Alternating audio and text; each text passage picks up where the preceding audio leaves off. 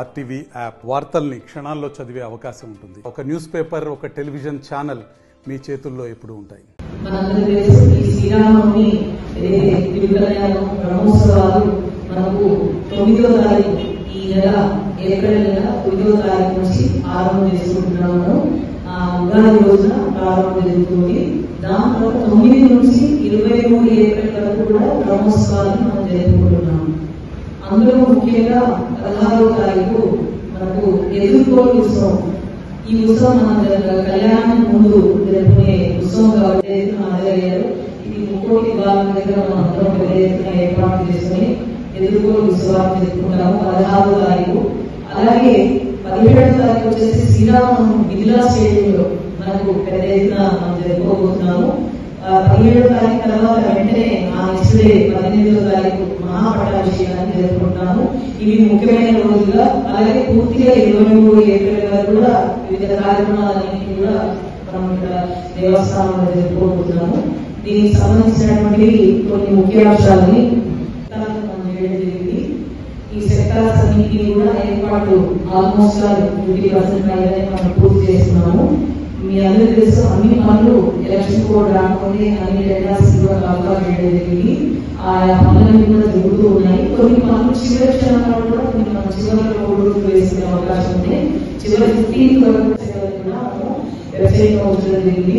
పరోక్ష సేవల ద్వారా కూడా మనం పరోక్ష సేవలు అంటే 5,000 రూపాయలు మరియు 1000 పథకాలు పరోక్ష సేవల ద్వారా కూడా ఆన్లైన్ లో అందుబాటులో ఉంచాము. తర్వాత ఎలక్షన్ కోడ్ లేదంటే మనకు సీఎం సెక్టార్ లేదా మన PR sector, public project sector, ఈ 2 సెక్టార్ సంబంధించి ఒక కలెక్టర్ ఆదేశాల మేరకు సీఎం సెక్టార్ 10,000 రూపాయలను అంటే 2019లో ఈ విధంగా జరిగింది. సెక్టార్ నిర్ణయించడం జరిగింది. ఏ అలిగేషన్ లేకుండా 10,000 రూపాయలు ఏవి డిఏవి డిఐపి ఏమో 5,000 రూపాయలు మనం తెలిసి కలెక్టర్ ఎక్స్ప్లెయిన్ చేసి దాంట్లో కూడా ఏది జరుగుతుంది సెక్టార్ మ్యాథ్స్ మనం డిస్ప్లే చేస్తున్నాము.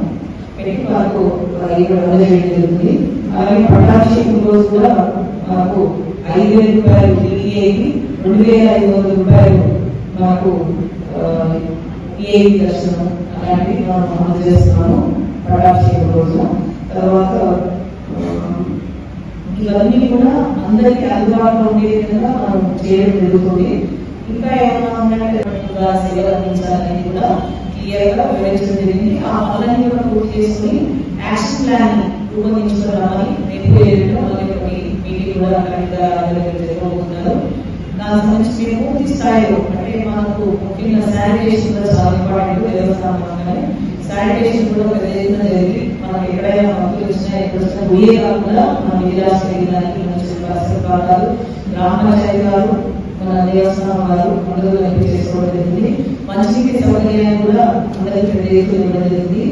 ఆర్మీ ఆధ్వర్యంలో కూడా సేవా సంస్థలు కానీ తర్వాత బయట ఉన్నటువంటి అకామిడేషన్ అట్లాంటివన్నీ కూడా వారితో చర్చించి హోటల్ యాజమాన్యాలతో వాళ్ళతో చర్చించి వాళ్ళని కూడా యాక్షన్ తీసుకుంటారు.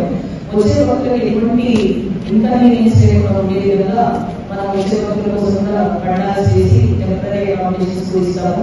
మంచినీటి సౌకర్యాన్ని కల్పిస్తాము.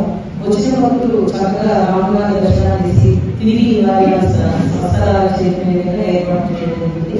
జై శ్రీరామ్.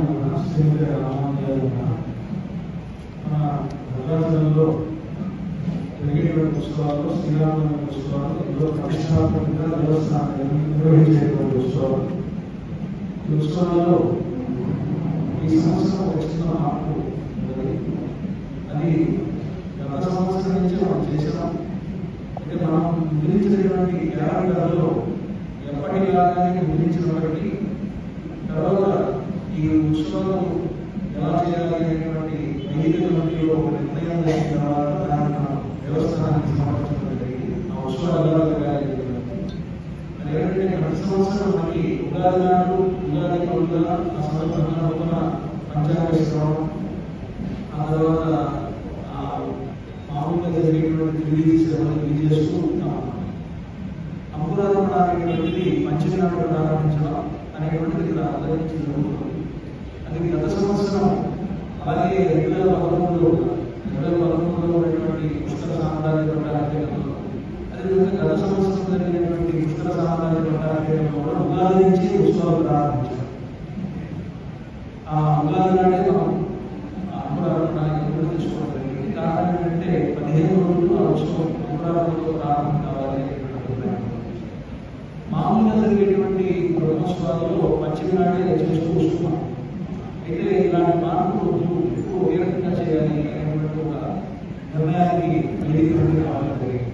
ఆ కారణం వల్ల మనం మామూలుగా అంకురార్పణ మన జాగ్రత్తలో రాసింది 11వ తారీఖు అంకురార్పణతో ప్రారంభమవుతుంటున్నాం. మామూలుగా ఉగాది ఉత్సవాలు ఉగాది నాడు ప్రారంభమై 13 అంకురార్పణ అనుకున్నాం. కానీ అలా కాకుండా ఈ సంవత్సరం నుంచి ఎప్పుడు ఇంకా పుష్కర సామ్రాజ్య పట్టాభిషేకం మామూలుగా ఏదో బ్రహ్మోత్సవాలు అనేటువంటి వ్యత్యాసం కూడా ప్రతి సంవత్సరం ఉగాది నాడే అంకురార్పణ జరగాలి అనేటువంటి నిర్ణయం చేసుకోవడం జరిగింది.